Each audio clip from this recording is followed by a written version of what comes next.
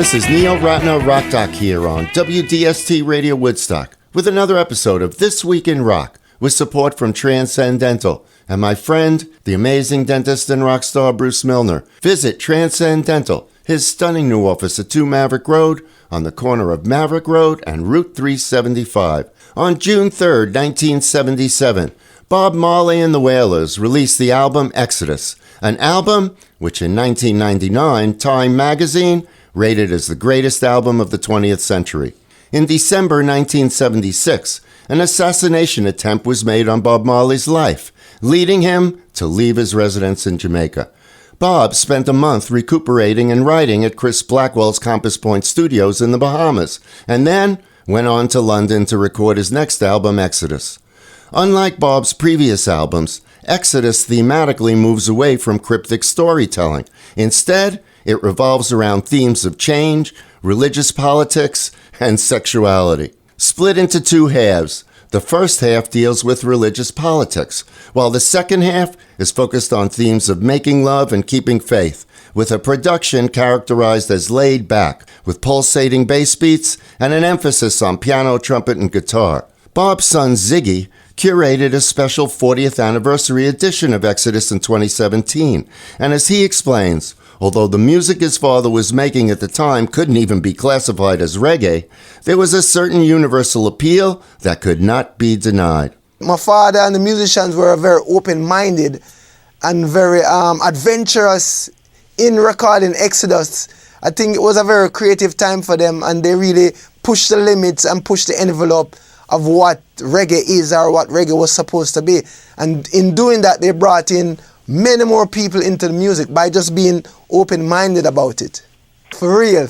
I learned so much by delving into these sessions. I can give you an example as in today's music, even myself, I try to be so perfect.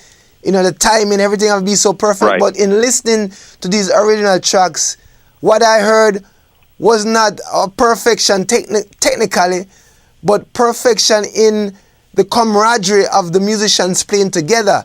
That is right. What creates that vibe, that spirituality.